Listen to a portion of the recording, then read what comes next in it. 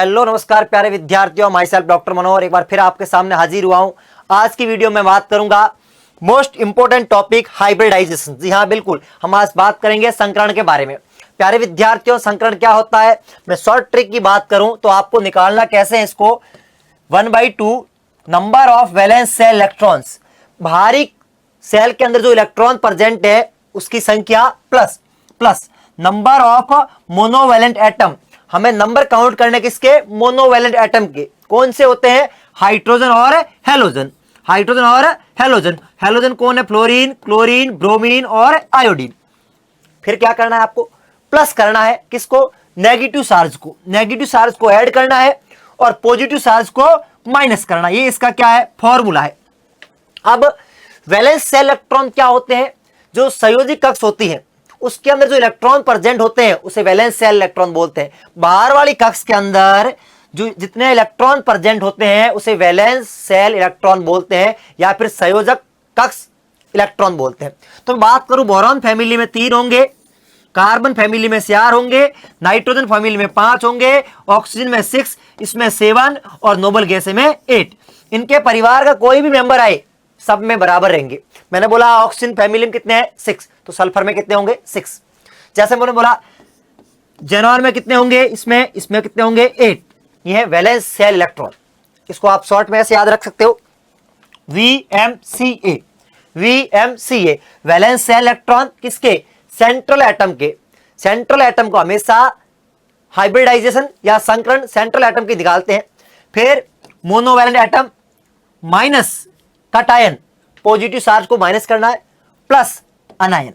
अब यदि आपकी संकरण या इसकी वैल्यू क्या है, स्टेरिक नंबर 2 आए तो sp होगा, 3 आए sp2, 4 आए sp3, 5 आए sp3d, 6 आए sp3d2 और 7 आए तो sp3d3। इसका मतलब क्या, एक s और एक p। इसका क्या तात्पर्य, एक s और 2 p, हाइब्रिडाइज हुई है, संकरण हुई है। अब इसके मैं आपको क्वेश्चंस के माध्यम में समझाता हूं। इसकी आपको हाइब्रिडाइजेशन निकालनी है, तो कैसे निकालते हैं हाइब्रिडाइजेशन, मैंने बोला valence shell electron plus monovalent atom minus cation plus अनायन। हमेशा हाइब्रिडाइजेशन किसकी निकालते हैं, सेंट्रल एटम की। तो सेंट्रल एटम कौन है यहाँ पे, नाइट्रोजन। सर पता कैसे लगा है सेंट्रल एटम कौन सा है, तो सेंट्रल एटम निकालने के लिए आपको यह ध्यान रखना है जो कम नंबर में हो, जो क्या हो, कम नंबर में हो, लिस्ट इन नंबर, जो ज्यादा बॉन्ड बना पाए वो होता है सेंट्रल एटम। तो इसमें कौन है सेंट्रल एटम, नाइट्रोजन, यहां पे जेनॉन और यहां पे फॉस्फोरस।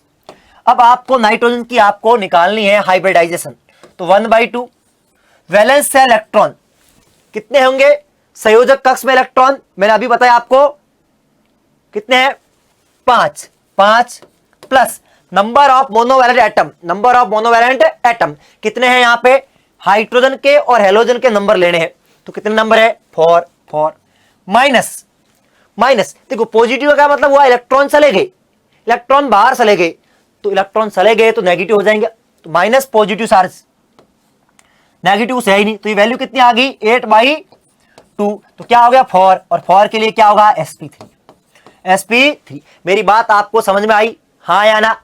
इसकी निकालिए सेंट्रल एटम की, तो 1/2। अब इसके वैलेंस सेल इलेक्ट्रॉन कितने हैं, संयोजक कक्ष में कितने इलेक्ट्रॉन है, तो ये नोबल गैस है, helium, neon, argon, krypton, xenon, इसमें कितने होंगे, 8 plus number of monovalent atom, number of monovalent atom किसके नंबर लेने, हाइड्रोजन के और हेलोजन के, यहां पे नहीं है तो नहीं लेंगे, plus minus charge, positive charge और नेगेटिव चार्ज है ही नहीं, ये हो गया आपका सिंपल 8/2। 4 और 4 के लिए क्या हो गया, आपका वैल्यू क्या आ गई, 4 और 4 के लिए sp3। सर इसका निकालिए, तो इसका आपको निकालना किसका, फॉस्फोरस का, तो 1/2 फॉस्फोरस के लिए वैलेंस सेल इलेक्ट्रॉन कितने हैं, nitrogen phosphorus 5 plus number of monovalent atom, hydrogen के और हेलोजन के नंबर लेने हैं, तो हाइड्रोजन तो यहां पे 1 है तो 3 है, हेलोजन तो है ही नहीं, क्या ऑक्सीजन के नंबर लेंगे, नहीं, प्लस माइनस चार्ज है ही नहीं, ना प्लस और ना माइनस, तो ये क्या होगा 8/2 क्या हो गया 4 और 4 के लिए sp3। अब जैसे मैंने आपको एक और एग्जांपल दे दिया, कैसे, POCl3, इसमें आपको किसके निकालना है, सेंट्रल एटम का। सेंट्रल एटम कौन सा होता है, जो लिस्ट नंबर में हो और जिसकी इलेक्ट्रोनेगेटिविटी भी क्या हो, कम हो। तो इसमें कौन होगा, फॉस्फोरस की निकालनी, तो 1/2। फॉस्फोरस के लिए वैलेंस इलेक्ट्रॉन कितने हैं, 5 plus number of monovalent atom, किसके नंबर लेने, मोनोवैलेंट एटम के। कौन कौन से एटम लेने, या हाइड्रोजन के या हेलोजन के नंबर काउंट करने। तो यहां ऑक्सीजन के तो नहीं लेने, हेलोजन कितने 3, तो 3 के लिए क्या होगा 8/2 4, और 4 के लिए क्या होगा sp3। तो साथियों ऐसे आप संकरण आप निकाल सकते हो। मैं एक आपको और एग्जांपल करवा के दिखाता हूं। जैसे आपको ये दे दिया मैंने एग्जांपल, आपको ऐसा आ गया कि XeOF2, इसका निकालना, इसका भी वही होगा 1/2 वैलेंस इलेक्ट्रॉन किसके 8 plus number of monovalent atom वो है, ऑक्सीजन के नंबर नहीं लेने, हाइड्रोजन के और हेलोजन के नंबर लेने हैं।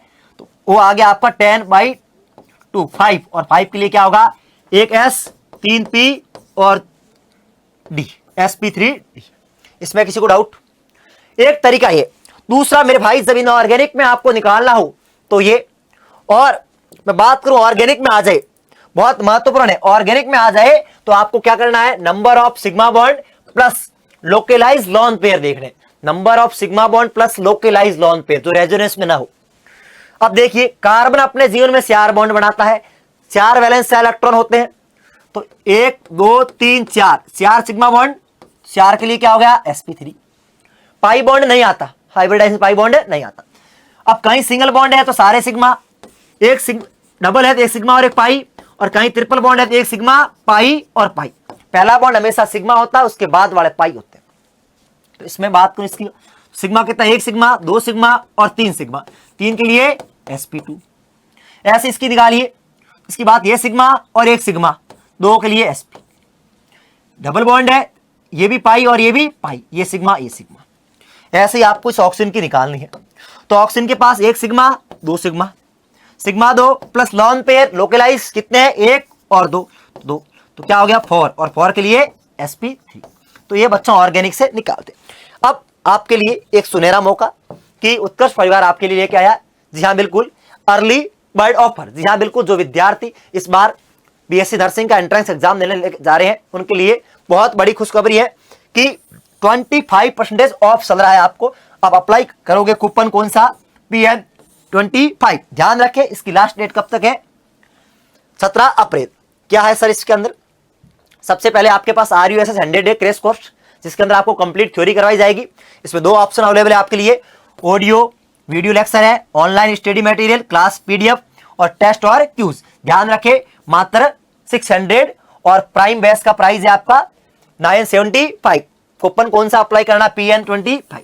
साथ ही साथ जो विद्यार्थी एम से BSc नर्सिंग करना चाहते हैं, जी हाँ बिल्कुल, एम से BSc नर्सिंग करने की पढ़ाई करना चाहते हैं लेकिन कहीं ना कहीं थ्योरी में कमजोर है, तो आपके लिए 75 day crash course target base, जो कि लाइव फ्रॉम स्टूडियो रहेगा, ऑनलाइन ऑडियो लेक्चर, ठीक है, स्टडी मटेरियल, क्लास PDF, साथ ही साथ स्टैंडर्ड और प्राइम। नेक्स्ट प्यारे विद्यार्थियों आपके लिए है, जी हाँ बिल्कुल, MCQ बेस, बिल्कुल MCQ बेस। आप जानते हो प्यारे विद्यार्थियों, आप जो एंट्रेंस एग्जाम देने जा रहे हो वो MCQ बेस होगा, तो आपकी प्रैक्टिस बहुत महत्वपूर्ण होनी चाहिए। तो उसके लिए आपके लिए बहुत बड़ा ऑफर है कि आपके लिए RUSS BSc नर्सिंग का जो MCQ बेस है एम्स का, और साथ ही साथ UPC नेट का। आगे मैं बात करूं प्यारे विद्यार्थियों,